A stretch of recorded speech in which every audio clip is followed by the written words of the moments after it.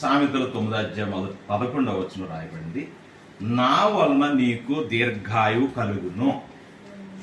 ఎవరి వలన దీర్ఘాయువు కలుగుతుందంట? దేవుని వలన. దేవుని వలన దీర్ఘాయువు కలుగుతారు. దీర్ఘాయువు అంటే ఏంటి చెప్పండి? ఎక్కువ సంవత్సరాలు బ్రతకడం కదా. అందుకే మోసే గారు అంటారు 90వ కీర్తన 70 సంవత్సరాలు అధిక బలమున్న ఎడల 80 సంవత్సరములు అవును, అయినను వాటి వైభవం ప్రయాసమే దుఃఖమే, అది త్వరగా గతించును, మేము ఎగిరిపోదుము. హల్లెలూయా.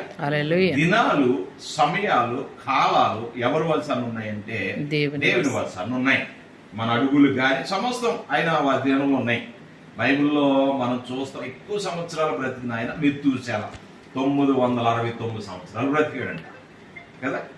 తర్వాత ఎరుదు అనే ఆయన 962 సంవత్సరాలు బ్రతికాడు. తర్వాత నోవహు 950 సంవత్సరాలు బ్రతికాడు. ఆదాము 930 సంవత్సరాలు బ్రతికాడు.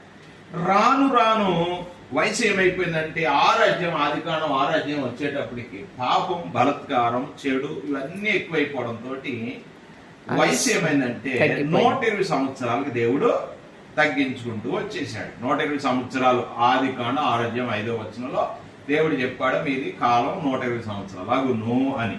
కనుక సంవత్సరాలు దేవుడే ఆయుస్సునిచ్చేవాడు, కాలం పెంచేవాడు, దేవుడే కృప చూపువాడు.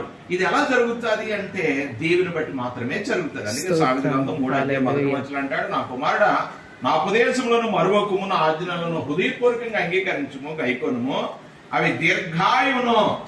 దేవుని ఆదేశాలను, దేవుని మాటలు విని దైవభక్తితో నడుచుకుంటే మనకేం కలిగి చేస్తాయంట? దీర్ఘాయువు. 2 సుఖజీవంతో గడుచు సంవత్సరములను. 3 శాంతిని నీకు కలగచేయను. కనుక శాంతి, దీర్ఘాయువు, సుఖ సంవత్సరాలు. చాలా మంది ఉన్నారు. ఆనందరావు గారి దగ్గర చాలా మందిని చూసాం. చాలా డబ్బులు ఉన్న ఆయన ఒక ఆమె ఉండేది, చాలా ఓల్డ్ ఆస్తుంది, కానీ ఆరోగ్యం సహకరించలేదు. ఆవిడ నిజంగా చాలా బాధపడింది. నువ్వు వెళ్ళి చూద్దామంటే ఎక్కడికక్కడ పుళ్ళు పడిపోయి వాసన వచ్చేసినట్టుగా అయిపోయింది. ఆమె గదిలో పెట్టి ఉంచేవా. ఏం చేస్తాం? ఏమని ప్రార్థన చేయాలా చెప్పండి? బ్రతకమని ప్రార్థన చేయాలా, తీసుకెళ్ళిపోవాలని ప్రార్థన చేయాలి? వెళ్ళాడు అందరూ ఆవిడ కష్టాన్ని చూసి ప్రభువా తీసుకెళ్ళిపోవని ప్రార్థన చేశారు.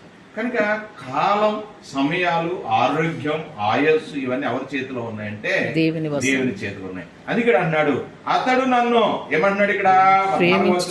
అతడు నన్ను ప్రేమిస్తున్నాడు కనుక నేను అతను తప్పిస్తాను. ఏ విషయంలోనైనా సరే దేవుడు ఏం చేస్తుంటాడు? మనల్ని తప్పిస్తా ఉంటాడు.